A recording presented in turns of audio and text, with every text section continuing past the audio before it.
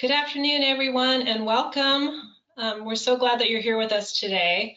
Thanks for joining King Wealth Planning and MFS Investment Management today for this educational presentation. My name is Elizabeth McComb. Some of you are familiar with me. I'm the business manager here at King Wealth Planning. And we've also got Paul King and Shannon Corpus, our financial advisors, with us today. We have a great presentation in store for you. I think you'll find this information interesting and valuable. We're happy to be collaborating with MFS Investment Management today to discuss Social Security and how it figures into your retirement future. So we're happy to also have Grant Martin from MFS today. He's a senior regional consultant for Northern California and has been with MFS in the financial services industry for 15 years. He works with the top financial advisors in the Bay Area to help them understand MFS outlook and strategies, as well as helping with client education. So before I hand the mic over for the presentation, I just have a few housekeeping items to review. We are recording the webinar right now, and it will be available on our website, www.kingwealth.com, after the webinar is over. So if you'd like to go back and listen to it again or share it with someone else, you can find it there. Also, we'll address any questions that you might have at the end of the presentation. So as we're going along, if you come up with any questions that you'd like to ask, please email them to kwp@kingwealth.com. and we'll address them. So that concludes all of the housekeeping items. Without further ado, I'm going to pass it over to Paul now to get us started. Thanks, Elizabeth. You know, this topic, Social Security, we probably get more questions about it than anything else. And a lot of times we think that those benefits are, you know, kind of a given in the financial planning world, but honestly, there's a lot, and Grant and MFS are a great partner with us. So there's going to be a lot of wrinkles and a lot of information. So look forward to that. And then, you know, we will have it recorded so you can go back over it or reach out to us with any questions. You know, as we get into the year end here, I think, you know, our big focus is on the relationship, and just want to say thanks to everyone for, you know, a great year. And as we go into the holidays, you know, wishing everyone to have the best, warmest, safest holidays. So, you know, the Social Security really fits into the financial planning world, especially in the retirement readiness area, but also hinges on income tax. And certainly amongst family members, there's a lot of wrinkles to look at. So this year we seem to have had a lot of housing transitions, a number of estate planning cases. So just know we cover a broad range of things. You know, a lot of people think of us for the investment side, but we like to guide people on all of these types of topics. So reach out to us with any questions. And speaking of which, Shannon has some updates for year-end planning. Hi, everyone. Well, Grant, 15 years, I can't believe that. I've known you for about 10, and you and MFS have been just fantastic partners for us. So thank you so much for sharing your expertise today. Okay, let's talk about preparing for year-end and tax season. And wow, this year is really flying by. It is, the holidays are on us. Oh my gosh, I can't believe it. And it's just time to throw that bird in the oven, tear through some wrapping paper, yeah? And also very soon you'll be scheduling meetings with your tax advisors. I know. So let's take a few minutes to mention some important reminders about your end of year prep. First of all, required minimum distributions. If you are not on the automatic RMD service, you turn 73 this year, or simply have questions about the RMD process for qualified retirement accounts, call us, please. Let's make sure your RMD is processed before year end. If you had a change of address in 2024, please let us know as soon as possible. It may affect your tax withholding amounts, and that needs to be addressed within the same tax year. Gifting and charitable gifting. If you plan to do any charitable giving or any gifting to family members, again, please call us. Aside from charitable gifting, the gifting exclusion for 2024 is $18,000 for anyone other than a spouse. For married couples filing jointly, the exclusion is $36,000. This means you can give up to $18,000 to a single person tax-free, or multiple people, no more than $18,000 to each person, or you will owe taxes to the IRS, okay? The unlimited marital deduction allows an individual to transfer an unrestricted amount of assets to his or her spouse at any time, free from tax. Roth conversions. If you need to discuss converting your existing IRA to a Roth IRA, please contact us sooner rather than later. LPL must receive completed forms by 12/6 to meet the year-end deadline. So start now on that one, don't wait. IRA contributions. Any earned income contributions to your IRA need to be done before tax day in April 2025. $7,000 is the contribution limit for 2024, $8,000 if you are over 50. Don't wait till April 15th, start before April, please. IRA distributions, LPL must receive completed request forms by 12/6. 1099s, we will post the LPL 1099 mailing schedule on our client resources page on our website. So watch that. That will help you to schedule your tax appointment. We will also post the TurboTax guide for those of you who self-file, and we do this every year. It'll go up in January. Disclosure for compliance, make sure you consult your tax advisor as well on all of this. We cannot give tax advice. Account view, if you have account view, you can download your tax forms quickly and easily as soon as they are available. If you do not have LPL account view, call us to enroll. If you have any questions about any of this, just shoot us an email or give us a call. We're here to help you.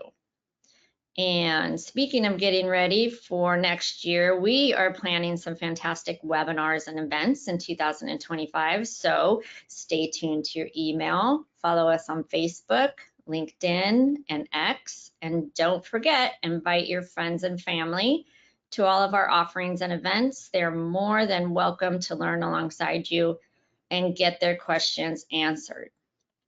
Well, that's all for my segment. We look forward to your presentation, Grant, on all things Social Security.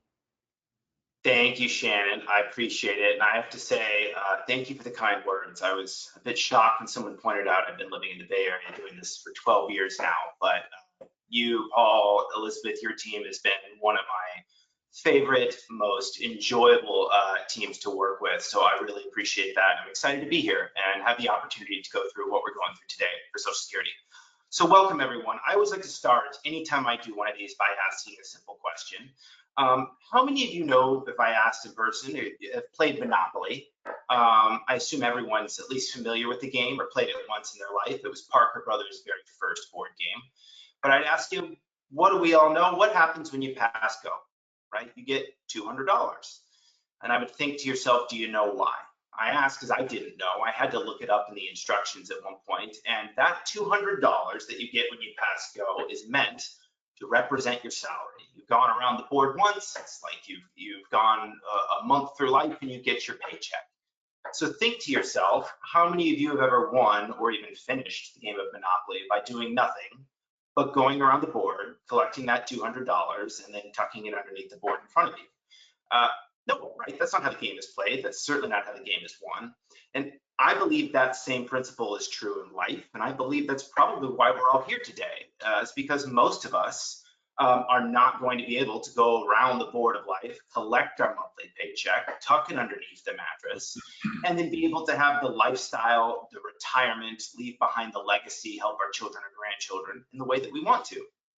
I know that's why that general theme is why I do what I do. I know that's why your team here today does what they do. And as everyone mentioned, I work for a firm called MFS Investment Management. It stands for Massachusetts Financial Services, or it did. We just go by MFS now. We manage about $600 to $700 billion in mutual fund assets. But what we're famous for in the industry is we actually invented the very first mutual fund ever in 1924. So we're celebrating our 100th anniversary, and we started the mutual fund industry. And I always give that a little bit of context. If you think back to the mid-1920s, what would you guess the average American, just your average middle-class Joe, made on an annual basis? It was about $3,000 a year, or I'm simple, so I'll break that down to about $60 a week. With that in the back of your mind, what do you think one share of GE stock was trading at now in 1924, again, 100 years ago? And most people, if we were in person, would say a quarter, $2, a nickel. But the truth is, it was actually $232.25 was the average share price for GE stock in the mid-1920s. So think about that. If you're making $60 a week and you've got to feed the family and you've got to pay the mortgage and take care of all the bills, it's going to be an awful long time before you have any money left over and then save that up to have enough to buy one share of America's great companies. So MFS was the first to say, well, why don't we all pool our money together in a vehicle known as the mutual fund? And now the average American, you and me, we can all have access to the capital markets, which, like I said, it doesn't just mean we invest, it means we plan for our future. It means we plan for our children and our grandchildren's future, and hopefully leave behind the legacy that we'd love to. So for 100 years now, through 7 major wars, through 17 recessions, through the Great Depression, we've continued to manage money, and now we like to partner, in addition to managing money, partner with the best financial planning teams around the country to help educate on all the subjects that we see affecting the retirement picture, or whatever your goal is, for Americans around the country. And that's what we're going to jump into today on the topic of Social Security. And I think this one's extremely important. You know, the retirement picture has really changed over the past 40, 50 years. If you think back to the 70s, everyone's retirement picture looked somewhat the same. You would have had, you know, a pension, and you would have had Social Security, and that was kind of it. But again, in the 70s, the 401k and the IRA, the individual retirement account, were created. And what that did was really shift the burden of planning for retirement off of the employer, and it put it onto us, the employee, which gives us lots of opportunities. But what do we do? We're people. We procrastinate, we push things off, we focus on things that are more directly in front of us, and we make mistakes. And so even today, with all that opportunity, Social Security, for 50% of Americans, Social Security makes up half of their retirement income. For 25% of Americans, it makes up all of it. And even if you're not in that picture, in one of those two camps, and Social Security is a much smaller portion, it was a huge thing that comes out of your paycheck on a regular basis. So everyone, no matter where you are, wants to try and figure out how to maximize and get out the most from Social Security that they can. So what we're going to go through today is a little different than maybe what we would have gone through a decade ago, where how can we find the loopholes and ways to double dip and stuff. A lot of that's been phased out. So instead today, what I want to go through is call it a Social Security 101. I want to help everyone get a very basic, fundamental picture of how Social Security works, so that you can work with the team here today to come to a customized answer to what is the right solution for you and your family on when everyone should take their benefits. And I say customized because everyone's going to have a slightly different situation. I don't think there's a perfect blanket rule of thumb or perfect calculation for anyone. You're all going to have to go through and find the solution for you. But hopefully what we can do is just give you that foundation, so maybe you'll have a better understanding of the things you should consider when making that decision. My caveat is I will say I am an enthusiast on Social Security. I am by far not an expert. I have a team of people at MFS that spend a lot of time on this, that have trained me. So if we have information, whether it's in the Q&A or you have questions afterwards about what we discussed, or you didn't understand something, feel free to email your team and they can send it to me, and I'll reach out to people much smarter than me.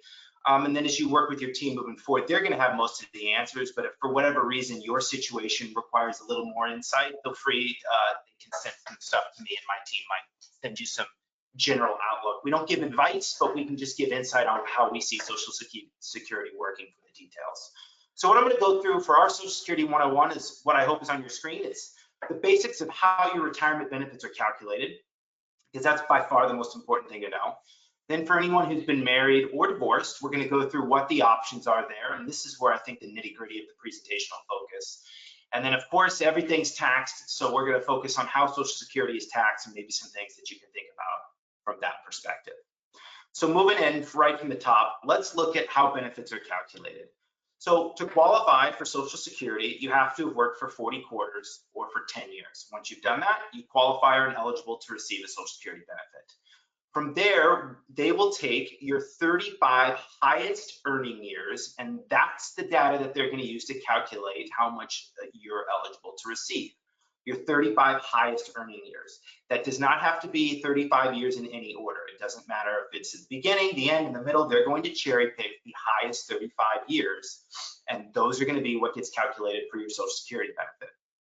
If you worked more than 10 years but not 35, they'll zero out the rest, and whatever you have is what they're going to calculate. If anyone asks, as it often comes up, the maximum that you can pay in or the highest you can earn that goes into the Social Security calculation for 2024 is $168,600. So if you have 35 years of earning that or higher, you're eligible to receive the maximum Social Security benefit. So from there, I think you have to, the main thing you need to know for your individual situation is your full retirement age.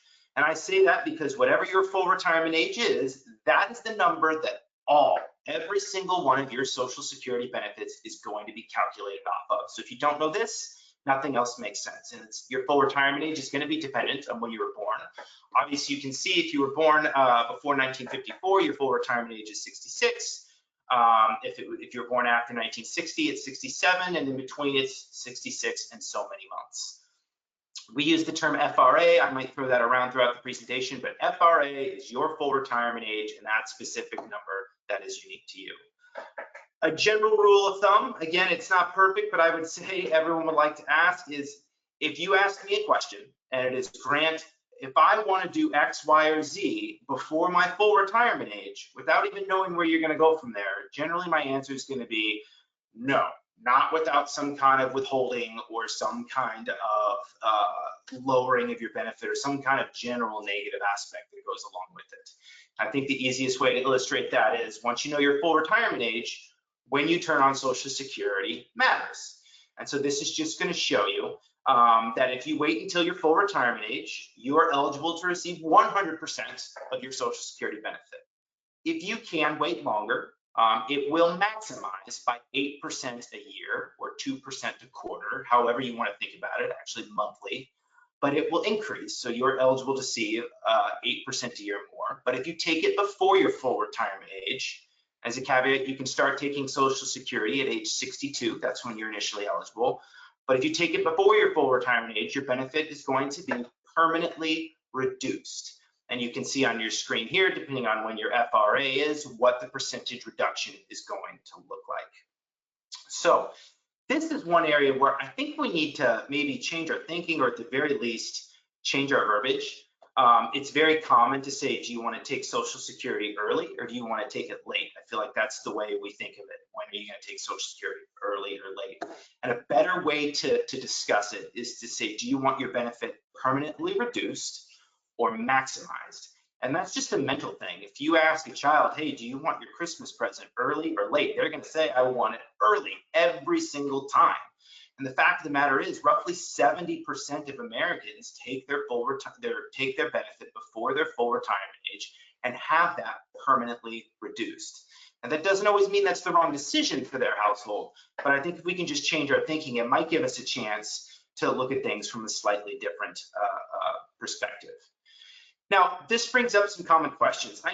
Generally, when people join a webinar on this subject and we talk Social Security, what you want to know is when should I take it? When should I take Social Security? And people like to think about their life expectancy.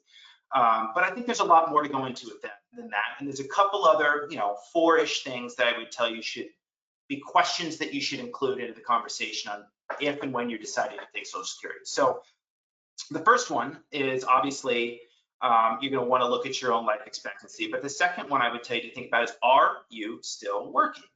Because if you are working and taking Social Security, there are limits on how much money you can make before it affects your benefit and money is withheld. So you can see here that through your full retirement age, so up until the year you hit your full retirement age, you can make up to $22,320 per month, a year, excuse me, which is a little over $1,800 per month. And once you go over that, $1 of your benefits are going to be withheld for every $2 you make above the earnings limit. That limit is low. So you can see very quickly, if you are working and making Social Security, that's going to eat away at your benefit check that comes very, very quickly. In the year that you hit your full retirement age, it's a little better. You can make just shy of $60,000 or just shy of $5,000 per month. And in this case, $1 of benefits is withheld for every $3 above that amount. But again, that can go quickly. So generally, it's something to consider. We more often than not would encourage you, if you are still working, to consider waiting and taking Social Security at least until after you've hit your full retirement age. A couple things that are some benefits here is this is going to only look at, when it looks at the earnings test, what your FICA taxable earnings are. So rental income, spousal income is not included in this. Anything you're taking from an IRA or a 401k, none of that is included. It's only if you are working and have earned income. That's the only thing that goes into this equation. And I would also tell you, for at least the year when you're in your full retirement age, the earned income portion only looks at what you're making when you turn Social Security on. So if you hit your full retirement age in August and you started taking Social Security right then in, let's say, September, the earnings test would only apply to wages that you made in September on. It would not apply. It would not apply to anything you made before. So again, to be clear, if I'm 62 and I turn Social Security on in September, and obviously I'm not at the full retirement age, anything I make in September on would be what would be subject to this earnings test, nothing for the earliest portion in the year. But again, are you still working? Because you can see it's not uncommon for people to be working, taking Social Security and getting 0 paychecks and going, oh my goodness, I didn't know this till it was too late. So again, are you still working? That's question number one. From there, the second thing you might want to ask yourself when considering this is, what is your safe withdrawal rate? And I bring this up because if you look at your Social Security statement, I mean, within right away, at least one of the first pages, if not the first page, it's going to show you that Social Security benefits are not intended to be your only source of income when you retire. That's written on the statement. So another thing that you might consider into that equation is work with your team and figure out, based off what you have in your investment portfolios and other sources of income, figure out how much you could safely live off of for roughly 30 years. And look at that dollar amount and go, is that enough? And if that dollar amount is enough for you to comfortably live off of, then you might consider letting Social Security maximize. If that dollar amount is not enough, then maybe consider taking Social Security earlier. Again, maybe. It's a custom decision, but what that can do is take a little less pressure off of your investment portfolio so that you're not taking too high of a percentage and pushing that to potentially run out earlier than you wanted to. But those are two key questions when thinking about when to take Social Security, in addition to just your life expectancy, that we would challenge you to think about. Again, are you still working, and what is your safe withdrawal rate? So let's pivot now. Let's get into the nitty-gritty of what are the options for anyone who has ever been married or anyone who's been divorced. And I think, there's really 2 or 3 subjects we're going to go into. If you've ever been married, there's really 2 types of benefits. There's the spousal benefit and there's the survivor benefit. But I think what we need to realize that if you are married, you are eligible to receive a benefit off of your spouse. We'll go through what you can, but again, you'll never be able to take both, but you'll be able to receive whichever is higher, the benefit you're entitled to off your spouse or your own retirement benefit. And again, there's 2 key types. There's the spousal benefit and there is the survivor benefit. The spousal benefit assumes that you're married and your spouse is still alive. The survivor benefit is you are married and your spouse has passed away. And there's some key differences here that I'm going to go through, both on how they're calculated, as well as some ways to think about in terms of strategy. So within the spousal benefit, you're eligible to receive a benefit off your spouse, even if you never worked. Your spouse, though, does have to start taking their own retirement benefit for you to be eligible to receive a spousal benefit off them. So again, in the situation of my mom and my dad was the higher earner. My mom would have the option of her spousal benefit off my dad or her own retirement benefit, but she cannot take that spousal benefit off my dad until he has started taking his own retirement benefit. What you can see here is that with the spousal benefit, you are eligible to receive up to 50% of what your spouse's full retirement age benefit is. And really the things you need to understand with the spousal benefit is how much you're eligible to receive and then what percentage you're able to receive. So the percentage you get is completely determined by when you turn on the spousal benefit. So in the case of my mom, that's assuming my dad has already started taking his, she is eligible to receive up to 50% if she waits until she hits her full retirement age. However, she can turn that on at age 62. If she does so, it's going to be a reduced amount, just as it would be with her own benefit. And the minimum amount is 35%. It's a sliding scale there depending on what her full retirement age is. Now, that percentage is based off what number? As I said, it is based off my dad's full retirement age benefit. Meaning, if my dad took a reduced benefit by taking at 62, that doesn't affect how much my mom can receive. It's always going to be based off his age 67 benefit. Again, if my dad maximized and waited till age 70, that actually plays no input in my mom's spouse's benefit. She's still going to be eligible, only receive up to 50% of that age 67 benefit. And I'm hammering this home simply because it's calculated very differently when we get to the survivor benefit.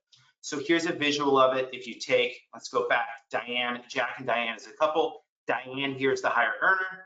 Jack's retirement benefit is less than what his spousal benefit would be. And so you can see Diane's Social Security benefit would be these numbers here, depending on when she turned it on.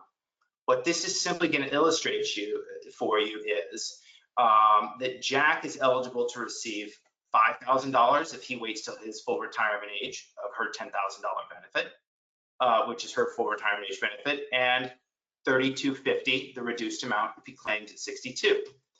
In this case, if Diane waits and maximizes and gets the full amount of $12,400, it plays no equation in how much Jack is able to receive. He's still eligible to only receive $5,000 at his full retirement age or the reduced amount at 62. And again, if Diane took the lower amount by taking 62, the numbers don't change for Jack. The only variable for Jack is how old he is when he turns that on. And again, I feel like I'm beating this to death, but I just want you to understand how that's calculated because it works very, very different when we get to survivor benefits, which we'll pivot to now. So survivor benefits, this assumes, in let's say my parents' situation, that my dad has passed away. In this case, my mom is eligible to receive a survivor benefit off my dad instead of age 62, now at age 60. And in this case, instead of being able to receive up to 50%, she's able to receive now up to 100%. The biggest difference here is she is eligible to receive up to 100% of whatever my dad's benefit would have been if he were still alive and taking. Meaning, if my dad took the reduced benefit at age 62, my mom is now eligible to receive 100% of that number. If my dad maximized at age 70, she's now eligible to receive 100% of that number. So what I'm showing you here is in blue, your average earner, what that looks like if they maximize, reduce, or take at their full retirement age. And what we're showing you here is someone who completely paid the most into Social Security, the maximum earner, and what their benefit would look like if they waited until 70, took their FRA, or claimed at 62. And for the case of my mom, again, when my dad passes away, she turns on the survivor benefit and can step up to 100% of whatever my dad were receiving if he were still alive.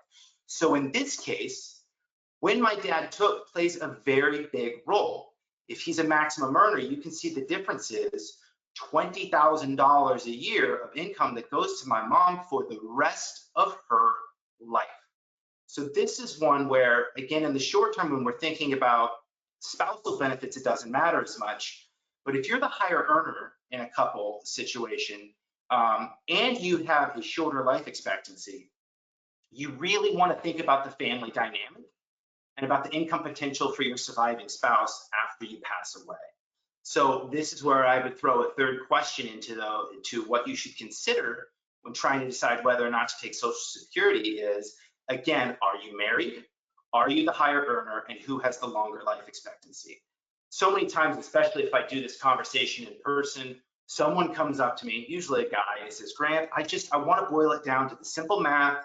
Here's my life expectancy. What's the number I need to take to make sure I get the most out of Social Security every time for me?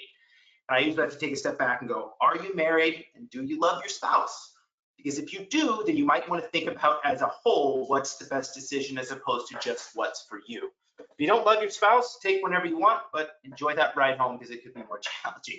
So this, again, I hope reframes it that, again, there's more just to think about. I would challenge you to think about Social Security and what's best for the family and a household, and how we calculate the difference between spousal benefits, your spouse is still alive, and survivor benefits, meaning your spouse has passed away. Some caveats, you'll always have the option of whichever's higher, your own benefit and your spousal benefit, you can't take both, or your own benefit and your survivor benefit, again, you can't take both. Some options for widows and widowers that generally don't apply if you are taking a spousal benefit. Again, if your spouse has passed away, you can start with your own, take the survivor benefit early if you wanted to take that before your full retirement age. And then wait until you hit your full retirement age or maximize till 70 and then switch up to your own retirement benefit. That is an option that most people don't take advantage of. Or even more of the common mistake is you start with your own reduced retirement benefit by taking it 62, 64, what have you. And then when your spouse passes away, you could step up to that survivor benefit, assuming that's higher than your own benefit. Option 2 is often very commonly missed. We see that amongst widows where we don't realize there's an option if they go and they can step up because they never went into the Social Security office and did that. So we challenge you not to miss that opportunity. Now, of course, the question always comes, well, what if I've been divorced? And I will tell you, if you've been divorced and the marriage lasted 10 years, you are still entitled to benefits off your ex-spouse. You're entitled to the spousal benefit just the same, and you're entitled to the survivor benefit. A couple things, again, the marriage needed to last 10 years. The question would be, well, what effect would that have on the ex-spouse? And I'll tell you, none. You would go down to the Social Security office with the marriage certificate and the divorce decree. And if the marriage, like I said, lasted 10 years, your ex-spouse will never know that you're taking a spousal benefit off them, and it will in no way affect their own retirement benefit. So it's not an issue. One question that I would point out, or one thing that happens that people miss is, if you remember with the spousal benefit, in the case of my parents, it's easier to use them as an example. My mom can't start taking a spousal benefit off my dad until he starts taking his own retirement benefit. Well, if they were to be divorced, that rule no longer applies. My mom simply has to wait until my dad hits age 62.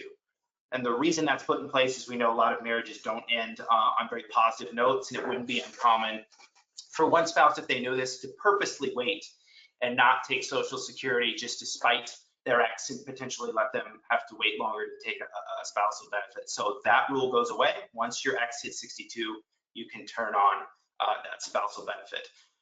If your ex remarries, because remarriage really becomes the next conversation here, it plays no effect. Your ex can remarry and you are still entitled to receive a spousal benefit or a survivor benefit off your ex. However, it does change if you remarry. And so generally the way it works is if my parents were divorced and my mom remarried, she would forfeit both the spousal benefit and the survivor benefit off my dad and become entitled to the spousal survivor off her new husband. However, that does change if she remarries after age 60.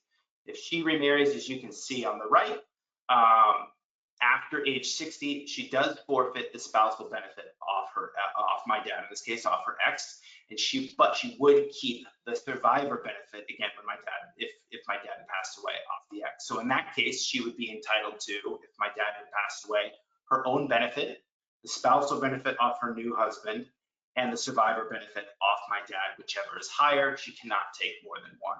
So the rule of thumb here is if you've been divorced and you're considering remarriage and you're at age 59, it pays to wait a year. It's a great opportunity to say maybe wait 1 year and you can keep some diversification options available to you within that. We could go through lots and lots of examples in Hollywood of famous people who've been married, divorced, and married, divorced multiple times, and have multiple people taking benefits off one person. That's the way it works. There's still lots of flexibility, but hopefully this is an aha moment for many where they don't realize they still have some options. Again, if they were married, that marriage lasted 10 years. There's some flexibility in what you have. So now let's pivot quickly and discuss how things are taxed and what that looks like. Unfortunately, we're all going to be taxed in Social Security. And the way it works to determine how much of your Social Security is taxed is they're going to look at something called your combined income. That's going to look at your adjusted gross income. Unfortunately, they look at your tax-exempt income as well, like municipal bonds, et cetera, and they'll take half of your Social Security benefit to get that combined income number. Once they have that, here's the scale.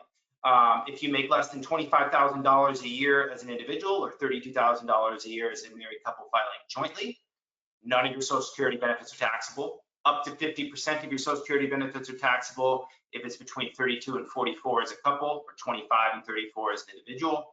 And unfortunately, up to 85% of your Social Security benefit may be taxable if you make over the dollar amounts that you see on the right. That's 34,000 for individuals or 44,000 for couples. Those numbers are low, unfortunately. I realize that. So unfortunately, Social Security is often going to be taxable and included in that equation. I would point out here that there are lots of areas that are not included in that. So it could be qualified charitable distributions. Shannon, I know you mentioned that earlier. Some inheritance and gifts, life insurance proceeds, the non-taxable portion, pensions and annuities. But the one that really jumps out at me is the Roth IRA and the Roth 401k, 403b. That's one of those things where I'm sure you're all familiar with the differences between a Roth and a traditional. But if you haven't thought about the Roth, or if taxes are really, really important to you across the scale and you haven't looked at the Roth, maybe there's an opportunity to sit down with your team, discuss the Roth IRA, how it can and can't work, what may or may not be right for you, and look at that in terms of the equation, because that's one of the areas that does keep the percentage of your Social Security benefits that are taxable down. From there, I think that's a high-level overview of how things work. I know we went over a lot. But I hope I gave you a basic foundation of how Social Security benefits are calculated, and understanding your full retirement age. And then again, I would go through some of those questions, which is, yes, you need to know your single life expectancy, but know how long you're going to work. Think about what your safe withdrawal rate is, and I would change it to not your life expectancy, but what your combined life expectancy is if you are married. And those can hopefully give you some framework to sit down with your team and figure out the ins and outs of what the right answer is for you on when you and your family should take Social Security. I'll always close by saying, I mentioned I've been working with her for the team for 12 years. It got me thinking back to my son about a month ago. And Adrian and I were celebrating his birthday, and thinking all the way back to the first time spending the holidays together when we were dating. And my wife, Andrea, is from Fresno. And the first time I met her family when we were dating was at Thanksgiving. I went to Fresno for Thanksgiving. And we got there the night before Thanksgiving. And in the morning of, I wanted to be very, very helpful by meeting the whole family for the first time. And her family's famous for making Iowa at Thanksgiving, in addition to just a turkey. So it's Thanksgiving Day, we're in the kitchen, everyone's cooking. Andrea, my wife, is cooking, and I came in, I wanted to be helpful, and I said, Andrea, what can I do to help you out? And she said, oh, well, the ham's over there. If you could just cut the top of it and put it in the oven, I would really appreciate that. And I said, okay, well, why would I cut off the top of the ham? It seems like a waste. And she kind of gave me that dirty look, if you've ever seen one from your spouse before, which is, just if you want to be helpful, do what I asked you to do and don't ask questions. We don't have time for that. So I said, okay, sure, no problem. So I put it in there, but I was curious. And a couple hours later, Andrea had left, and her mom, Janet, happened to walk by. And I said, hey, Janet, Andrea, I was helping her out with the ham, and you taught her to make that. Yeah, she goes, yeah, absolutely. She goes, she had me cut the top off of the ham. Why did I do that? And Janet goes, oh, my goodness, I don't I don't know. I mean, that's always been a part of the way we do it. I mean, I wouldn't ask questions. I promise it's going to be good. Don't question it. It's part of why it tastes good. Okay, sure, no problem. I'm not going to rock the boat. But again, I'm going, no one's answering my question here. So we had Thanksgiving dinner. It was wonderful. The ham delivered. But afterwards, I noticed that Andrea's grandmother, Ruth, was sitting out watching the end of the football game. So I kind of snuck out of the kitchen. I went out and I sat down. I said, hey, Ruth, you taught Andrea to make that spiral ham. That's your recipe, right? And she goes, oh, yeah, absolutely. I go, why did she have me cut the top off? I'm just curious. And she got very quiet and said, well, shoot, Grant, when I was little, we had a very small house with a very small oven, and that was the only way we could get it to fit. I have no idea why the ladies are still doing it that way. And so we had a good laugh, and I think it's just my takeaway is sometimes we just have these things in the back of our mind. This is what I was always taught. This is the way we always do it. There may be some better ways now, and that's what your team here is for, is to let's not just fall back on the old rules of thumb. Let's sit down, find the right answer for you. If you have questions about anything I brought up, let the team help you kind of get to the bottom of what your retirement situation is. Hopefully you can maximize things to your benefit. So with that, Paul, Shannon, Elizabeth, thank you again for having me on. I'll kick it back to you and we can take any questions. Thanks, Grant. That's really great. Yeah, I think the last part you said is in planning, it's a process, right? Everything you talked about today is the rules today. And especially with Social Security, started out in the 1930s. You paid a 1% tax towards your Social Security benefits. Now payroll tax is up above 15. And then, retirement ages have been pushed out, just like RMD ages have been pushed out. And the tax you mentioned, wasn't taxable originally, and now 85%, up to 85% is taxable. So all of that's designed to keep that system working. I know there's always questions about whether it's, financially feasible. Politicians won't let it fail. They will keep adjusting the rules to make it work.